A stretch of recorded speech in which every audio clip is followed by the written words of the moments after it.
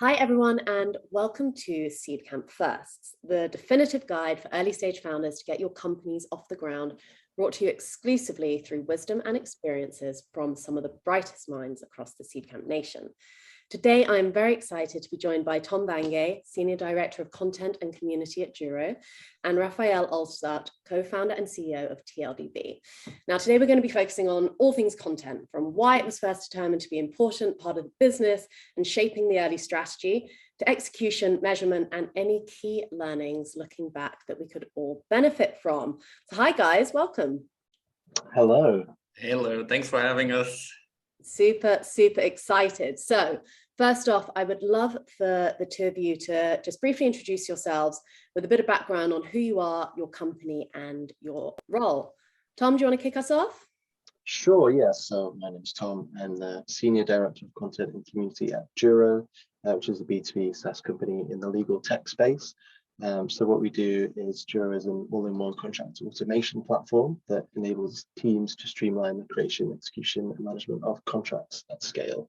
So we work with fast-growing businesses like WeWork, AngelList, Deliveroo, to power contracts in 85 countries globally, and we're backed by a bunch of great investors, including Seedcamp. Thank you, Rapha.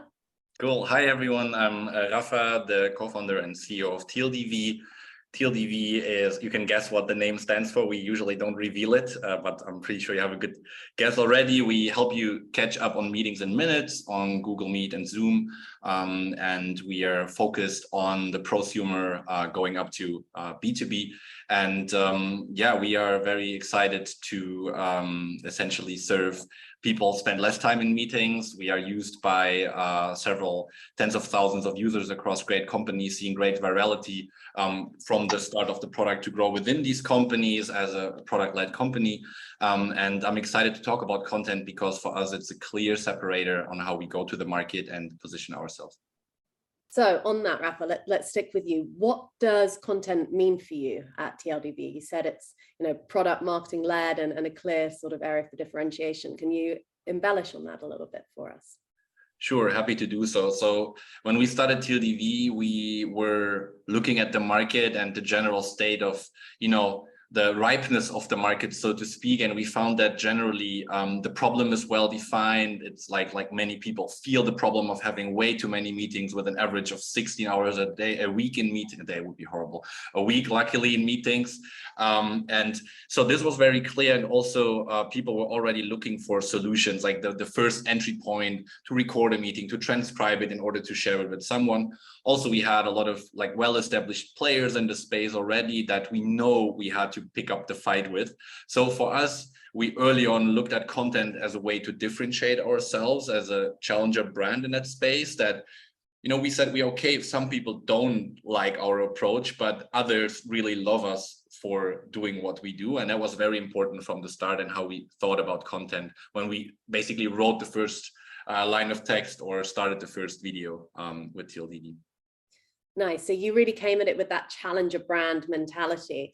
How about for you, Tom, at Juro? Well, I was employee number 12 at Juro, which is a really long time ago, just 4 years ago now, which is quite early to hire someone into a content function or to build a content function. The main persona that we sell to are in-house lawyers, and lawyers have a very strong sniff test for bullshit, so the trust bar is very high. So you're already at a disadvantage in terms of authority as a startup, and then you're selling to a persona that just doesn't believe anything you say. So I think the founders really invested in the idea that the content is going to pay off both short and long term, because no one's going to trust us until we sort of showcase our expertise. Also, the sector, particularly legal technology at that time, very overexposed to hype. So there was a point in the sort of mid part of the last decade when you could just write AI is going to solve all lawyers' problems, and people are like, great, do you want 200 grand a year? That sounds amazing. And then that period passed, and then people were like, hang on, what does this actually do, and will anyone use it? So we really had to be careful and kind of honest, transparent with our messaging, which I think is why we started so early with content. Very cool. So what's clear, I think, with both of you is that content has been, you know, a really integral part of your respective strategies from the early days. And there's been buy-in, obviously, Rapha, you as the founder, and for you, Tom, with Richard and the team at Juro, the belief that actually this was going to be an important part for us for differentiation. Can you talk to, I guess, some of those early experiences and any key learnings? Tom, maybe to stick with you, because Juro is obviously a more mature company. What, you know, you came in as employee number 12. What were some of those early experiments when you first started deploying content as your marketing and like brand armor? Oh, the early days, absolutely glorious. I think, so the way I actually joined the company was that I'd interviewed the CEO for some freelance content I was writing before I joined. And then being an entrepreneurial type of dude, he asked me to freelance for him. And I was working at a bank at the time that sponsored a bunch of sporting events. So I was spending most of my time writing about horses and the Queen and stuff. And I just didn't really like it. So I was very vulnerable. And I went over there. And at first we worked on his personal profile a bit, doing thought leadership. He was the only internal thought leader that we had. So we did some stuff there. And then after a while, it was just like, well, very quickly, we just thought, let's just do something really big, really quickly, just take our marketing database from 0 to like something. So really early on, we took an approach of trying to leverage better brands, basically, and try and kind of crowdsource thought leadership amongst the legal community. So practically what that meant was we did a lot of interview-led content where I would get GCs to talk to me, I would interview them and then ghostwrite on their behalf. Because I had some sector expertise, it was always like, okay, they always signed off. And they were always quite flattered and also glad to not have to do it themselves. And then we published like an ebook about legal operations that got us like, I think 1,000 new contacts in HubSpot like immediately, which is really good. So we did that for a bit. But that's kind of classic lead gen, not really demand gen. So it really helps with brand in the early days because people just associate your company with these more mature ones and assume that they're customers and that kind of thing. But as time went on, we needed to be a bit more high intent in terms of the leads we were capturing. So probably maybe 2.5 years ago, we started focusing really intently on SEO, which is where I spend probably half my time now strategically these days.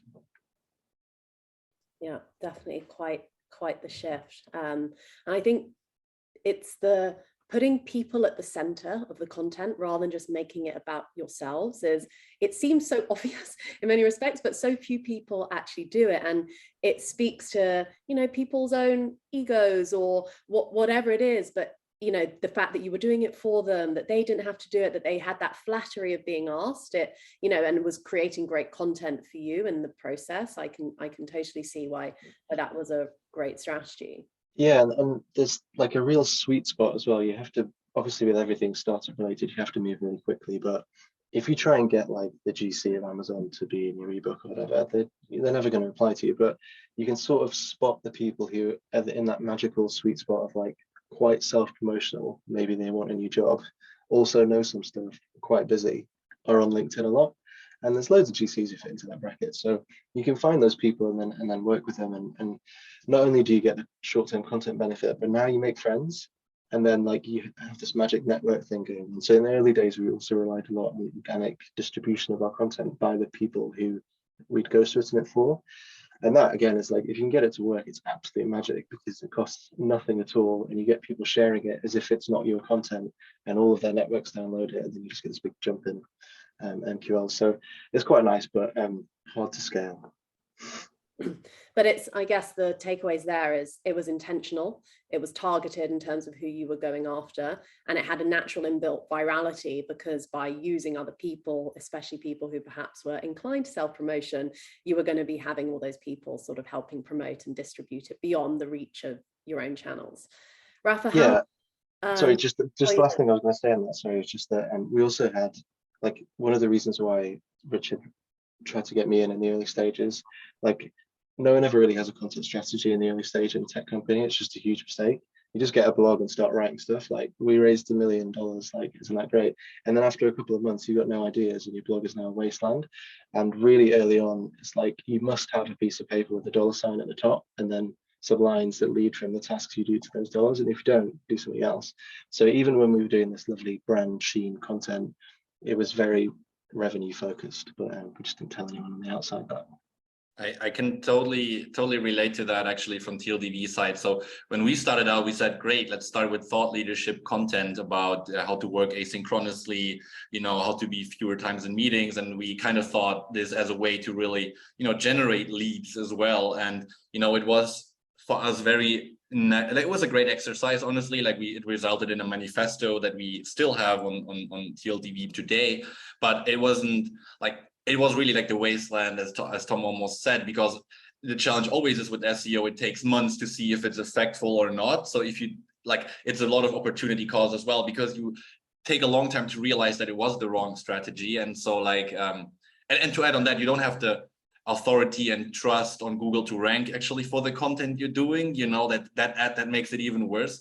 So this was actually one of the first learnings we've done, and kind of conclusion we draw out of that was, let's focus on more transactional content first, maybe as the first strategy that is clearly assigned to an action that the user wants to complete that we can serve, and start from there, and that's kind of our first learning that we had with written content and SEO as a whole. Can you talk more as well to kind of your content creation when it comes to video, and what made you decide, you said earlier that this challenger brand was the feeling that you wanted to put out in the world. What led you to develop the content and the very awesome video kind of collateral that you've ended up experimenting with? Yeah, so what we always had in our DNA and what we always believed in was, even when because we started out writing content at the start, we always were challenging ourselves to have fun with it and be witty in general as a brand.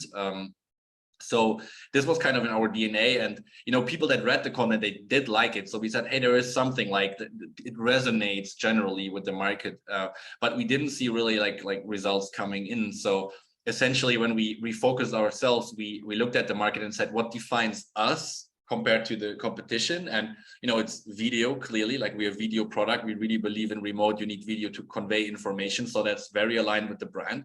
That was kind of the first thing, sort of funny, very bold, and video first. And then we said, okay, how can we bring this to a viral kind of, how can we align this with viral content? And so we did really a stroll through TikTok and found a great creator. And that was really the aha moment of doing that. And when we did launch on Product Hunt for the first time, it sort of pinnacled all to this moment that we said, okay, let's produce a really great video, invest some money with this creator that was an influencer himself.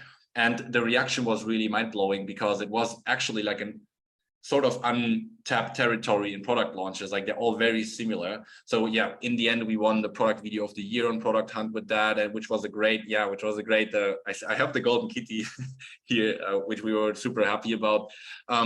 And that really was the final push for us to say, okay, where can we take this next? And we actually hired the influencer, and he's now really running content on social media for us, and we have really doubled down on that and seen great results from that so far. Yeah. Speaking of results and I guess measurement, right? Because as we've said, the early days and the early strategies tend to be very much around the brand awareness, building up the thought leadership, that tend to be more kind of lead gen than demand gen in focus. Tom, can you speak a bit about, how the strategy has evolved at Juro, and how, your personal sort of role has evolved, and people that you've brought in as you've grown the team, and how the content sort of comes to life now compared to perhaps in those first early days?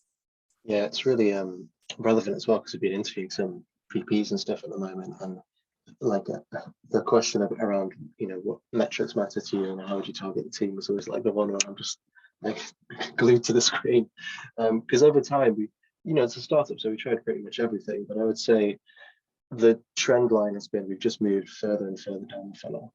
And I think that the more stuff you do, the longer the timelines, and also the more data points you have. Almost everything is vanity metrics, and it's really easy to get distracted by them.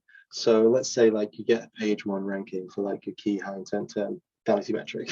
So then you get a really strong click through from that search engine results page, vanity metric, get loads of traffic, vanity, loads of MQLs, vanity, loads of SQLs, vanity, loads of closed revenue, metric. That's a real metric. So at the moment we focus super heavily on pipeline, because obviously there's sales performance aspects to what gets closed, and product coverage as well. But everything short of pipeline for a company like us is just, it's too easy to game it.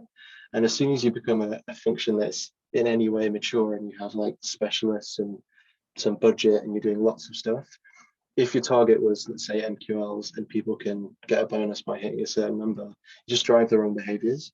So we're very focused on pipeline at the moment. And the only way that works kind of all across the team, because we have a demand gen team and a content team, is our attribution is incredible. So we hired a guy called Vadim about 18 months ago, who built our attribution from pretty much nothing, I want to say. And we pretty much know everything that happens with our traffic, like give or take the sort of masked element of Google traffic. And just honestly, without that info, I just don't think we could have been able to scale at all. But as soon as you have it, you can really put your foot down on certain things. And that's been super helpful to us. So yeah, I think just on the team question, the team structure pretty much like maps to the things we focus on in content. So the only things we do in content, ideally, that I get distracted every now and then, are acquisition, SEO, nurture through community, and then branded sales enablement. So I have a specialized SEO writer to work on acquisition with SEO, and I have a content editor who works on brand and thought leadership, which is kind of a brand bit, and I have a content and community manager to manage our private community, and then I just delegate and strategize. Lord from above. I love it.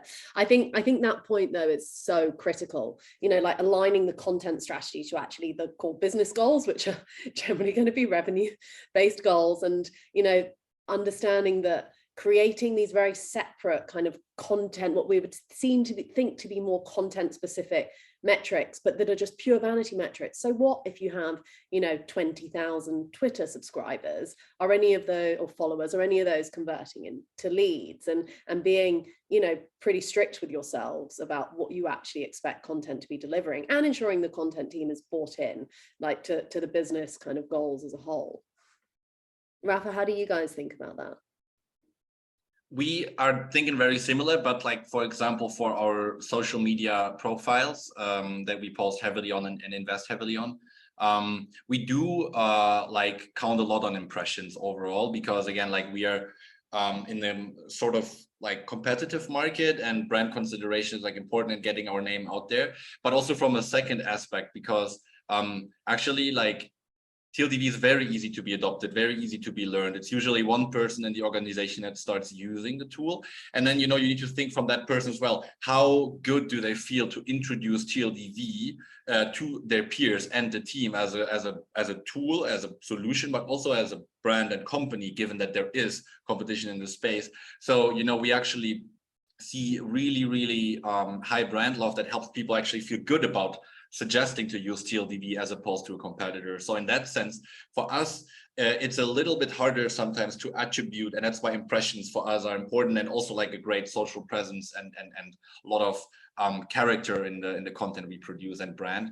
But on the other side, obviously, when it comes to SEO, now we're very transactionally focused, and that has clear goals of essentially generating signups as the first means, and from there the product sort of takes over, and that's kind of like then obviously what we track across the funnel is, are we attracting the right people, are they converting correctly, but ultimately it's for now it's signups on what we produce on Google, yeah, and the blog.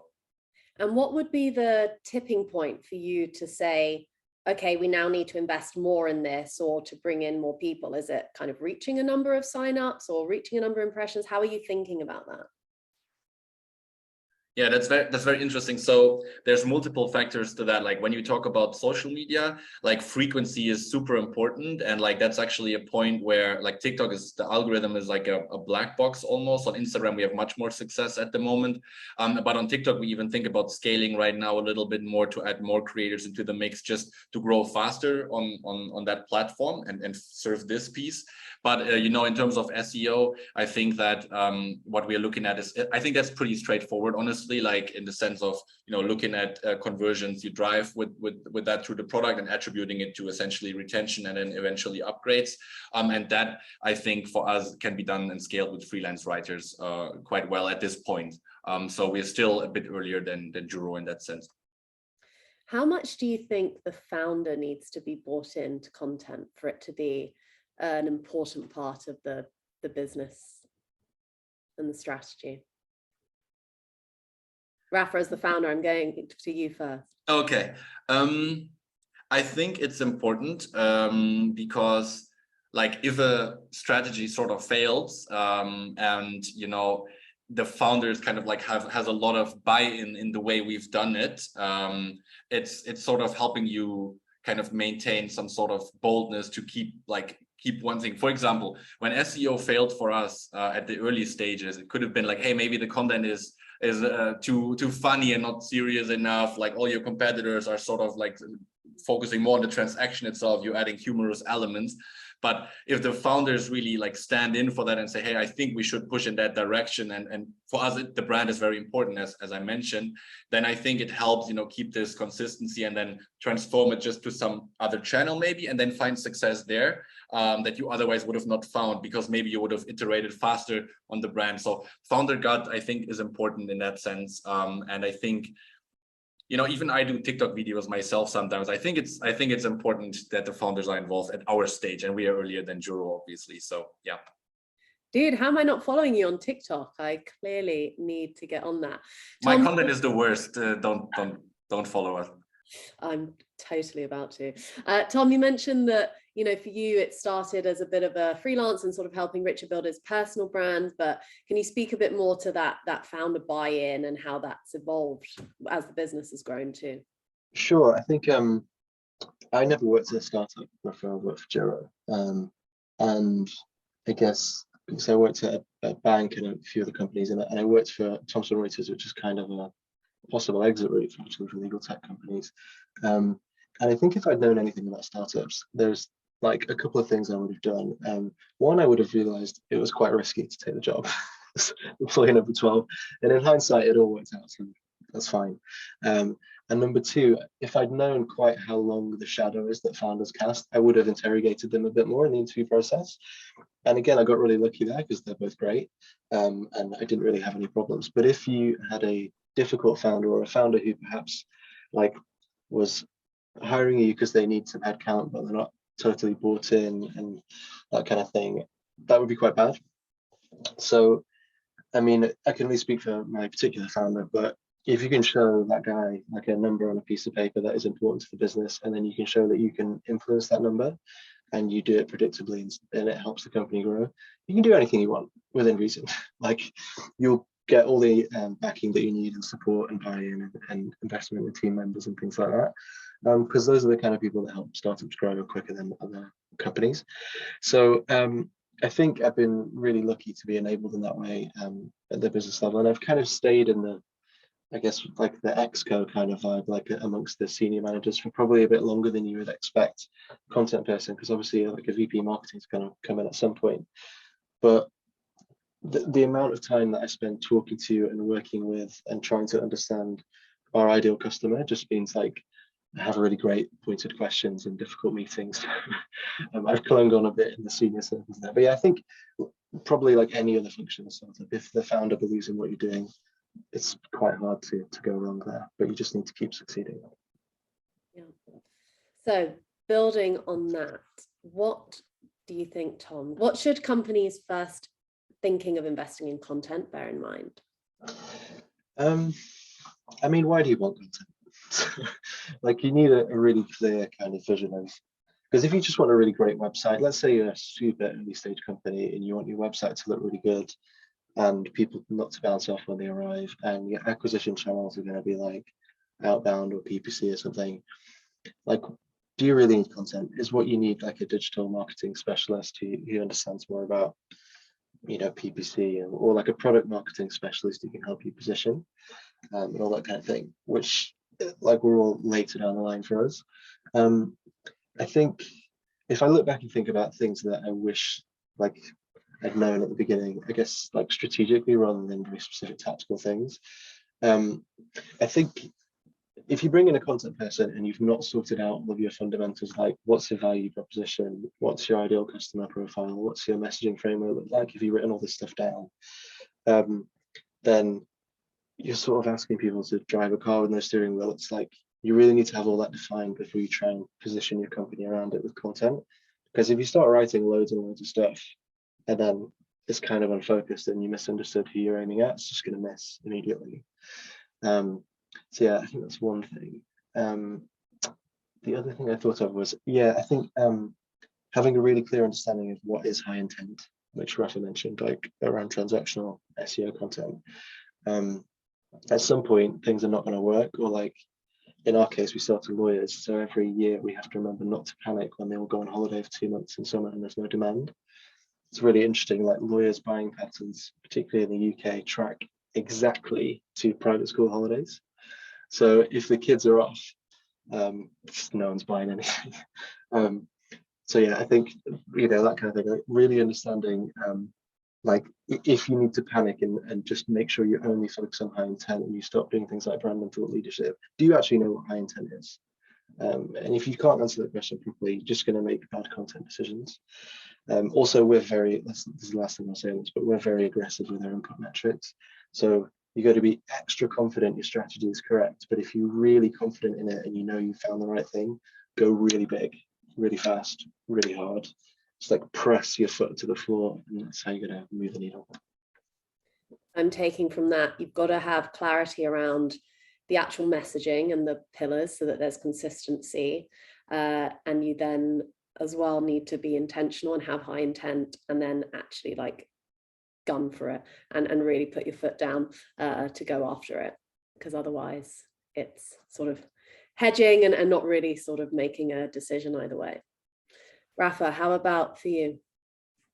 Yeah, I totally agree. I think the only thing that like what I would add, or what actually Tom already mentioned, but I just want to reiterate on, is the general like journey. Like, how is your product, you know, discovered, or how should it be discovered? Is it a founder knocking on your door for the first year and trying to really like guide you through that journey, which is also what we did, like as you're still building version 1 essentially, and then maybe your POC is just showing it to the team. Maybe some thought leadership writing can really help you just to reiterate the values and add some love to the brand, but they're never designed to convert, you know. Or like in our case, we know it's important that people, like our funnels PLG, this is where most of the growth is coming from, right? So we want to create content to help people feel proud and excited to introduce GLTV into the wider company. You know, like, so really understand like what is the main goal of your content, I think, and along the journey of the buyer, super important. And then the other tip that I would give is like be realistic along the time. Like if you start content strategy for your blog, like it will take months to show results, and like don't expect it to yield short-term outcomes. You know, I think there should be always other channels in the mix when you look at content as a tool to generate leads and ultimately buyers. Yeah, I think just to add to that last point, which I 100% agree with, is like it's a really difficult one with SEO because it takes ages. So it's really hard to convince people often, especially in the early stages when everyone's panicking, that it's the right thing to do. But like I was having this conversation with someone the other day, and they're like, well, why would you stick with it when you can get more certainty that you're going to get some leads by like outbound or PPC or whatever? And my answer was like, would you like a customer acquisition cost of 0? Like a cost per SQL of 0 rather than a customer acquisition cost. Like once you build that beachhead of search traffic that converts, it's just there now forever, and you spend like almost no money or time on it. And like probably that was pretty important 6 months ago. Now it's like really important to have good unit economics. So it's like you really got to hold your nerve with search, but if you get through the eye of the needle, it's great. Love it. Guys, nearing the end. So to wrap up, any last words of wisdom with things you know now that you wish you had known when first starting out with your content? I can go. Whoever triggers the unmute button first. You're up. Yeah, a few things like to take away for founders that are just starting with content. I think the first one is like be realistic. What is achievable? Again, I mentioned this point earlier, because your thought leadership piece is not going to rank on page 1 of Google because your authority will not be great and you don't have enough backlinks. So, you know, like, very rarely it will. So, you know, be realistic there and look at your market, the power you have and your skills to really like double down on this. And the other thing is like really have fun with it. I think that you need to enjoy the writing. Like, even if you write very transactional focused articles on like how to record a Google Meet, you can still have fun and you can still write great articles. And I think that's some like red line that you should have throughout your entire content journey at your company, and then success will follow. Yeah. Very nice. I agree with all of those. So I thought about this in terms of strategic stuff and then just really like practical mistakes that we made. So I think on the strategy side, we kind of already alluded to it, but if your strategy is not revenue focused, it's got to be top down rather than bottom up. Start again. Never too early to start building your search iceberg. And like, even if, which Rapha said earlier, your domain authority is going to be quite low at the beginning, so nothing's going to rank. But when there comes a magic moment when suddenly your website looks quite good to Google, just get loads of traffic. So the sooner you can build that, the better. Proper attribution is a superpower. So the sooner you can find someone to attribute your traffic, the better. One thing we didn't talk about at all, but like has been great for us, is we have a private community of in-house lawyers, like a buyer community. And I would have started that day one because it's just absolute pot of gold. It's really great. And then also focus, do less stuff, do it better would be important. And then on the tactical side, get out of subdomains as soon as you can. So we had our content in HubSpot. So we had kind of like our main website sitting on AWS, and then we had blog.juro.com. And as soon as we got out of that, traffic went up. And it's really painful doing a site migration. It's like, oh, is this really the thing we need to do right now?